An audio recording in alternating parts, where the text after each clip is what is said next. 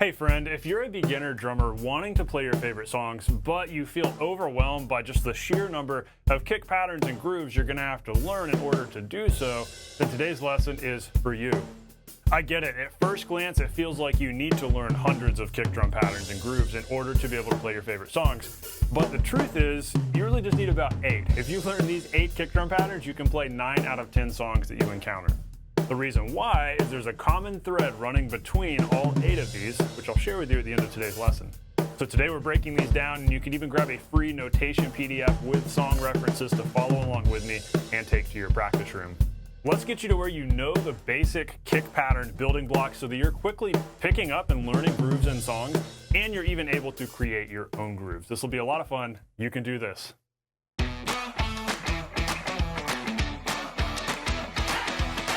Hey, welcome to The Non-Glamorous Drummer. I'm so glad you're hanging out today. I help self-taught beginner drummers know what to practice so that you can nail songs and sound awesome with a band and be that drummer other people actually want to jam with.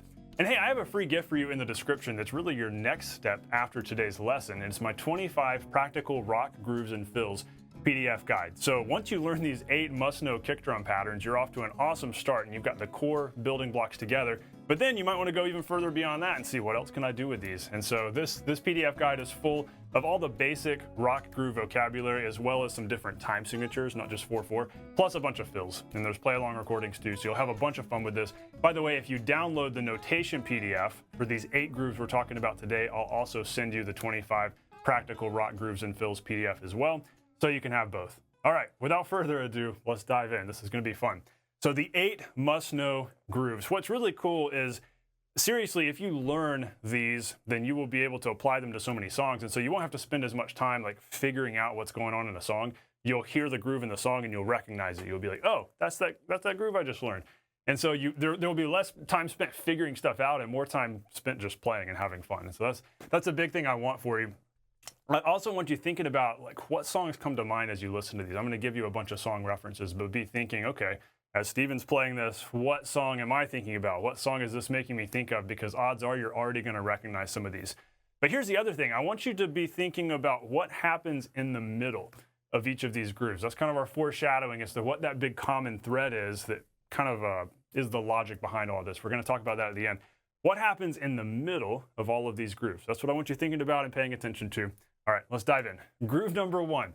This is our simplest bare bones groove that's even simpler than the money beat because it has nothing in the middle. It's just the wide open groove where we just have kick on beat 1, snare on 2 and 4. So by the way, what we're going to do is as I demonstrate these for you, we're going to play each one at 80 beats a minute and then at 120, just to give you a little bit of context because they're going to show up in slow songs, they're going to show up in fast songs. So here goes groove number 1 at 80, and then I'll tell you what songs to look for this in. Here we go. And 1, 2, 3, 4.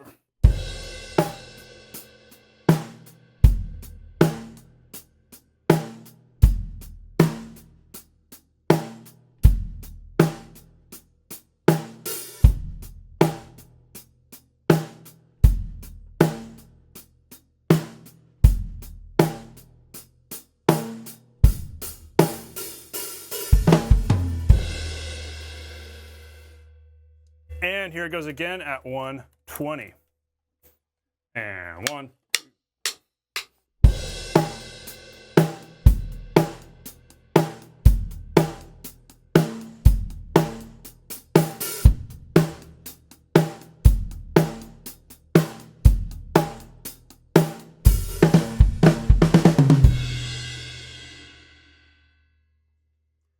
So this groove is interesting because it doesn't show up in a ton of songs. There's not a lot of song examples, but it's such an important one to learn because it teaches you to play sparsely.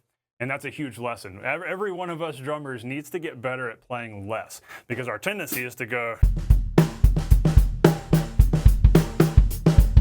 That's what my playing sounded like as a beginner. I'm trying to throw in all these notes and it's a big jumbled mess. What I needed to focus on was just going.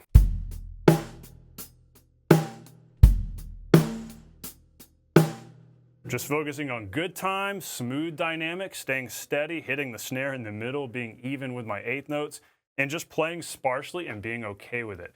That's a deceivingly difficult thing to do. But hey, there is a really good reference song for you to check out. You're No Good by Linda Ronstadt. So that song, the groove is not exactly this. There's an extra little thing at the end of it, but there's nothing between the snare backbeats, and the whole groove is just boom. There's a whole bunch of space, and it gives a lot of room for the bass to work, which is pretty cool. For you church drummers, the Passion live recording of Revelation song from a few years back. That was the big worship power ballad hit years ago. And the verse of that song, very sparse groove. A lot of arrangements of that song, because it's such a slow ballad, you don't hear a lot of kick drum notes, and so you hear this groove in that verse. All right, moving on to groove number 2. We're now going to add the kick on beat 3 to create our standard money beat, as we call it. Why is it called the money beat? Because most gigging drummers are going to make the most amount of money playing this groove because it shows up in so many songs. And so we're going to play it here, and it shows up in a lot of different tempos too. You hear it in ballads, you hear it in upbeat like dance tunes, especially a lot of 70s and 80s stuff. And so I'll play it for you, and then I'll give you some songs to check out. Here we go. And 1, 2, 3, 4.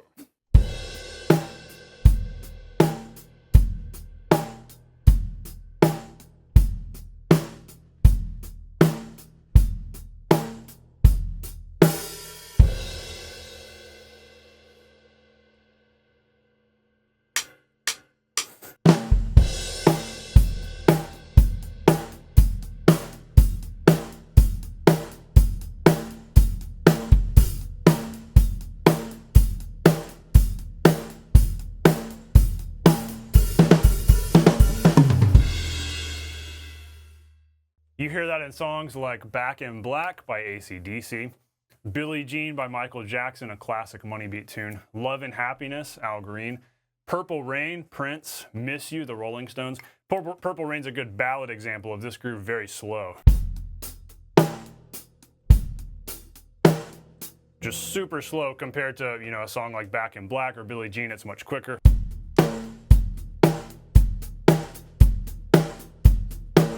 And so it's amazing how the same groove can feel completely different at different tempos and different contexts. And so if you want to really get a lot out of this, what I encourage you to do is practice these slow, fast, loud, and soft. Also practice going.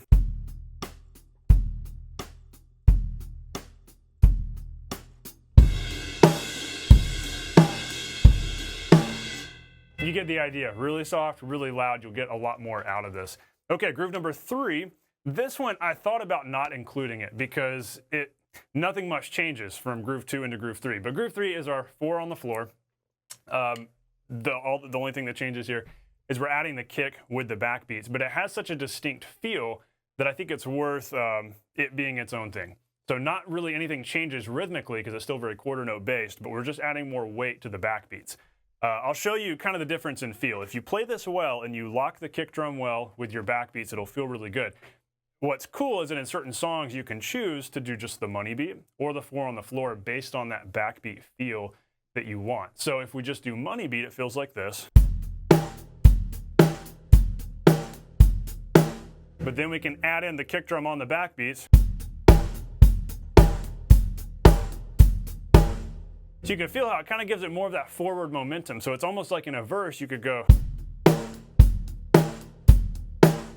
And in a song like September by Earth, Wind & Fire, it works really great to do that in verses. And then to also, when you want it to really get going more, adding the kick for the full 4 on the floor. So it's a very distinct feel difference. And so whenever you're listening to a song and you're trying to identify, hey, what is that kick drum pattern? Try to pay attention to, does the backbeat have a lot of downward heaviness to it, or does it feel lighter? If it has that heaviness to it, it's probably a 4 on the floor groove. And you'll notice that you feel that kick going. So let's do our official playthrough here. 80 beats a minute first, and then we'll do 120. Here we go.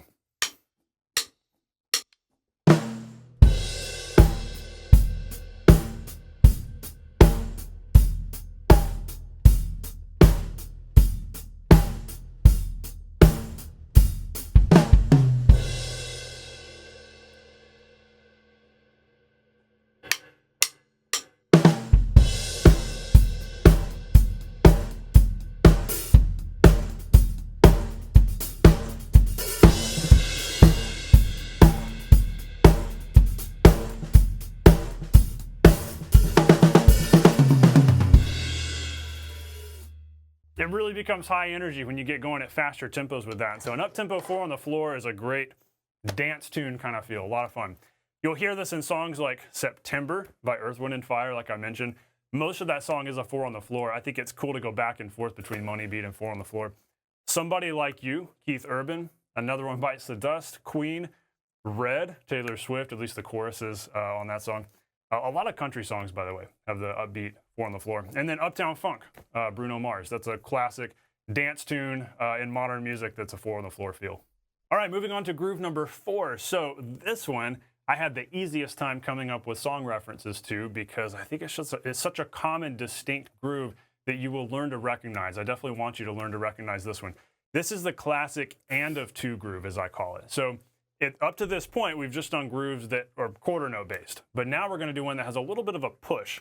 So if we're counting 1 and 2 and 3 and 4, and we've got our snare on 2 and 4, what if we put a kick note on the and of 2? 1 and 2 and 3 and 4 and 1 and 2 and. And so it's just that classic push feel. And it shows up in so many different songs, which I'll list out for you. Here we go. Let's play the classic and of 2 groove. 1, 2, ready.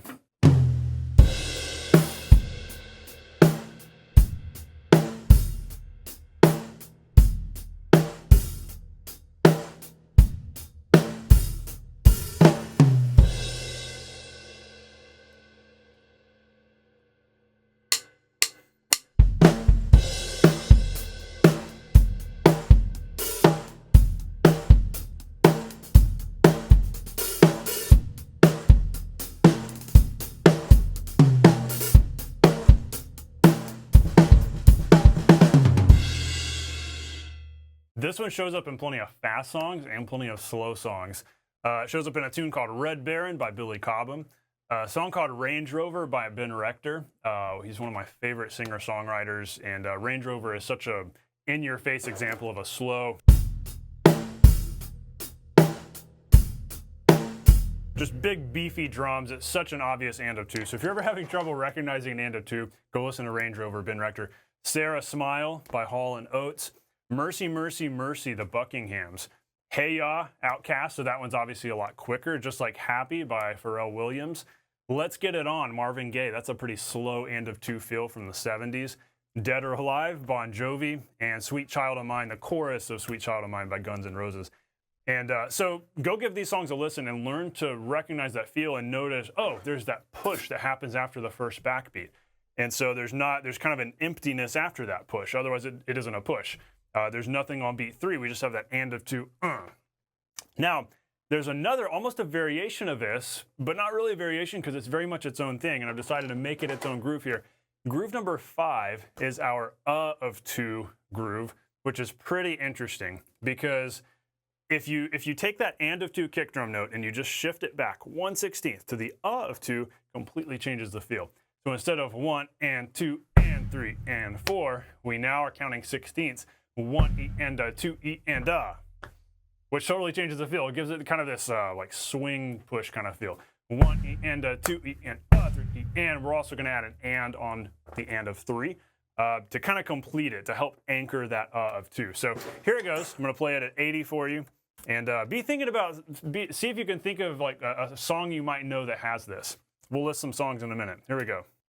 1, 2, 3.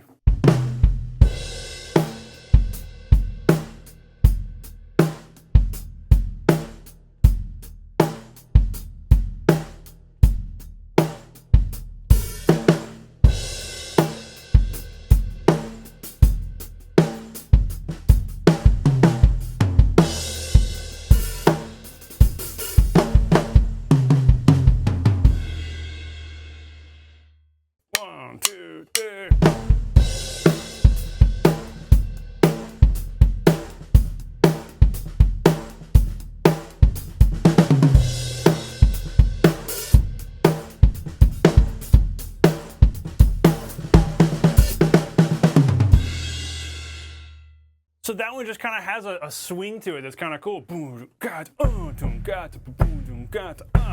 And so what you want to notice whenever there's like a kick drum that comes after that first snare backbeat in a song, you're listening and you're going, okay, is this an and of 2 or an of 2? Is it 1 and 2 and? or is it 1 E and a 2 E and It's only a 16th note difference. It's like it's going from here to here, but that slight difference makes a huge change in feel.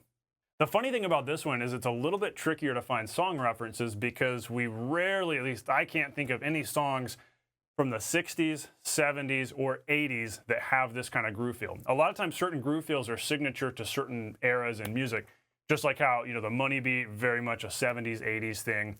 The and of two definitely came around with like a lot of rock, bigger rock stuff in the 70s, 80s, and onward. This one, though, I don't think really showed up until the 90s and 2000s. And so looking back, here are the songs that I came up with. Dare You to Move by Switchfoot. We Are Broken by Paramore. Both of those are kind of a like heavy rock ballad kind of thing. The Man Who Can't Be Moved, The Script. You remember that song? Very much a 16th feel.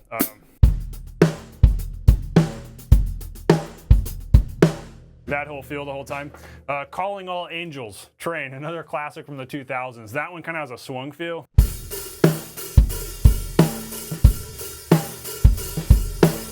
That kind of feel. And so it can be swung too. Instead of being a straight, it could be a which gives it an even funkierness to it. So let me know what songs you can think of that have that of two feel, because those are a little harder to come up with. But in my world, I've played a lot of them because they also show up in church music. They show up in a lot of worship music from the 2000s, which I grew up playing a lot of. This one you just don't hear a lot from the 80s and the 70s, so it depends on what world you're in musically. All right. Next groove, getting into groove number 6, we're now going to remove that of 2 kick note, but we're going to keep the and of 3. This groove, this is another one that I could not, I almost didn't include in this, but it's such its own thing. And you'll see why when I list off some of the songs that it shows up in. So this one, we've got kind of this wide open space between snare backbeat on beat 2, then we finally have this kick note on the and of 3, which leaves a lot of openness to it, which is a really cool feel. So here it goes. 1, 2, ready, go.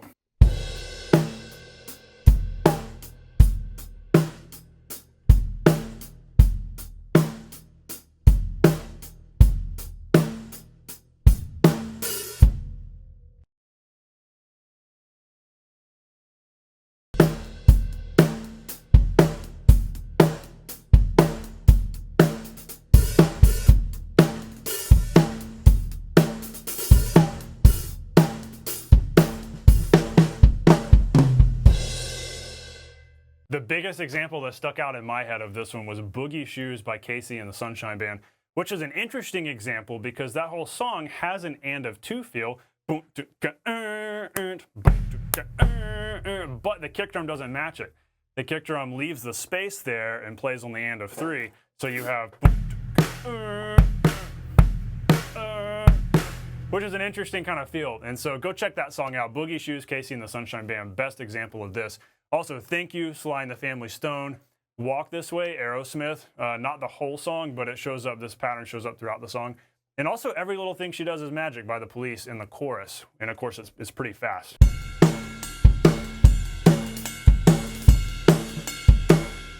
So again, different context, same kick drum pattern, but different context. And that's why I hope you're seeing how these grooves can show up in so many songs, because they can feel so different depending on tempo and just overall style that you're playing them in. It's not the groove, it's not the kick drum pattern that even determines the style sometimes. It's just the sound of the drums, the tuning of the drums, and how your snares tune. And you could play the same thing, different tempos, different drum sets, different tunings, and it would feel like a totally different style. All right, let's go on to groove number 7, which I like to call this one like the pocket groove, because it has this cool like 70s dance feel that's a little bit more, you'll see what I mean. Here it goes. Here it goes first at 80 beats a minute. We're putting a kick drum note on the of 2, but we're keeping the beat 3 kick drum note, which is kind of interesting.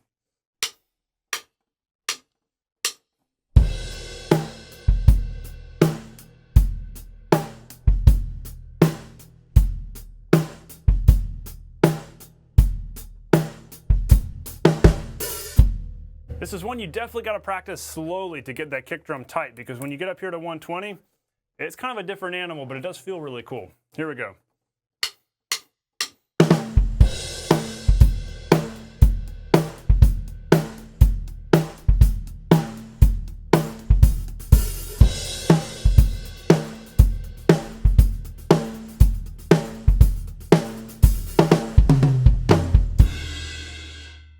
This groove shows up in so many 70s dance tunes. Get Down Tonight, Casey and the Sunshine Band. Rock With You, Michael Jackson. And a lot of times it has the alternating 16ths, and so it takes a lot of practicing to get that locked in with the kick. Left, right.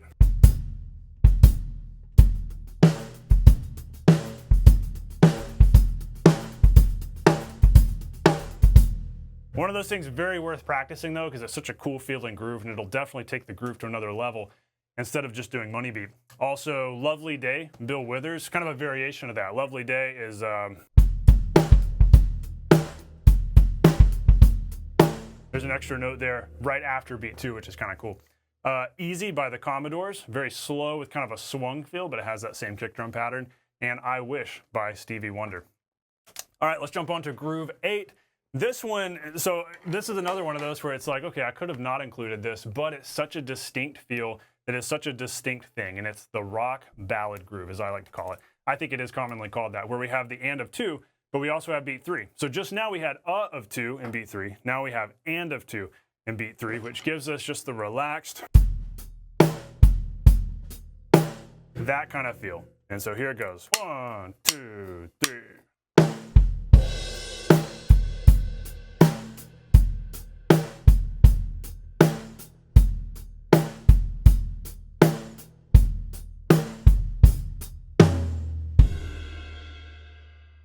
Very slow, relaxed kind of rock ballad feel, but there's plenty of faster songs that shows up in too. See if this makes you think of anything. And 1, 2, 3.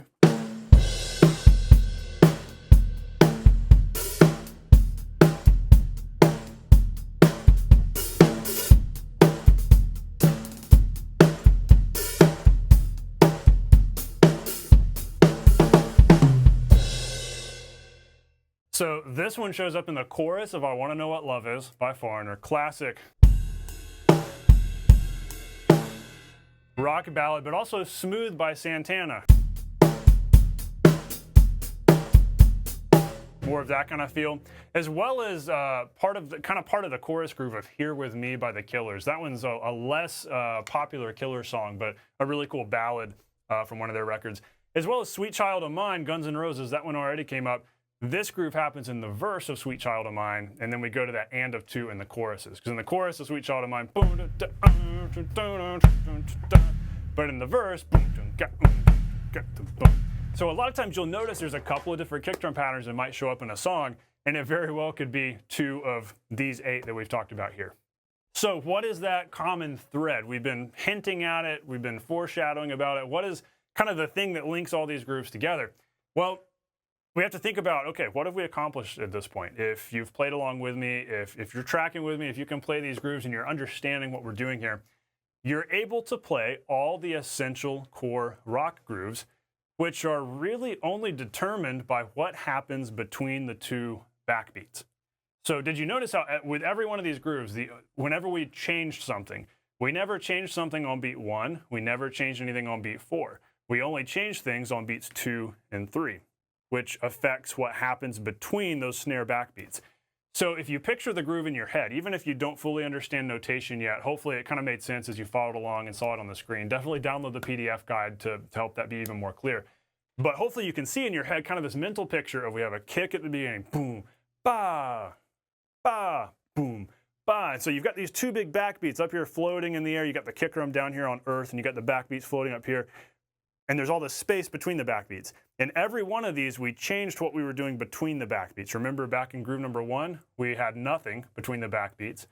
Then we put something right smack in the middle, beat 3, our money beat. Then we also added kick drum notes on 2 and 4. So I know we technically didn't change anything in the middle for that one, but I threw that one in because it's such a distinct groove. But then we moved our beat 3 kick to the and of 2 to completely change the feel for an and of 2 feel. And then we moved it to the of 2 to completely change the feel again. And then we removed that and left the and of 3 for another unique feel. We did of 2 into 3 for that. But Get Down Tonight. Then we did the rock ballad of. Each one of these has a distinct feel, and yet we didn't have to change much. So the thing that I want you doing, whenever you listen to a song, whenever you listen to the kick drum pattern in a song, pay attention to what happens in the middle. Because what you do at the beginning and what you do at the end doesn't actually have a huge effect on the core feel of the groove, nearly as much as what you do in the middle. What you do in the middle is critical. If you play this in a song that actually needs huge error, right? Massive difference, even though it was just, sliding notes over a little bit. But it's all because of what happens in the middle versus, let's say we're doing this.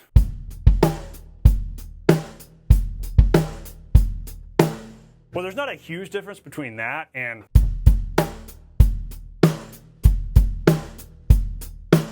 or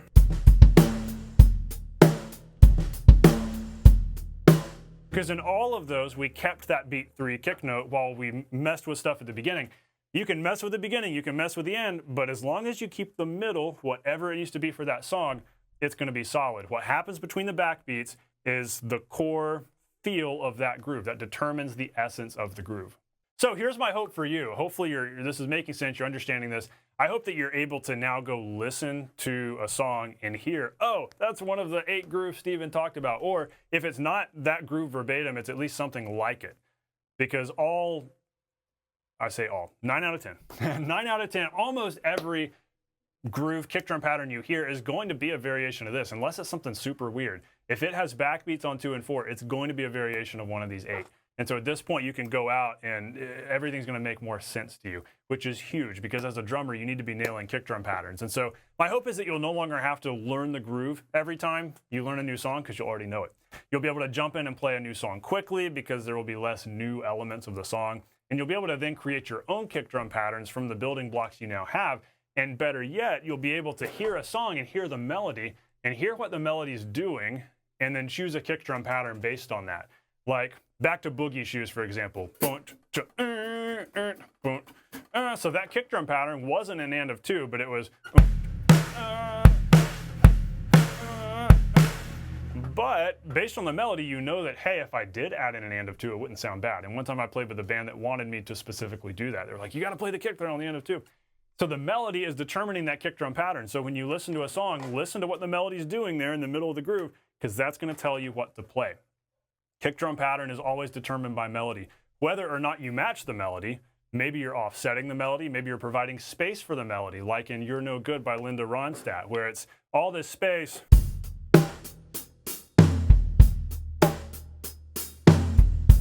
Actually, I think it's on the bell of the ride in the choruses.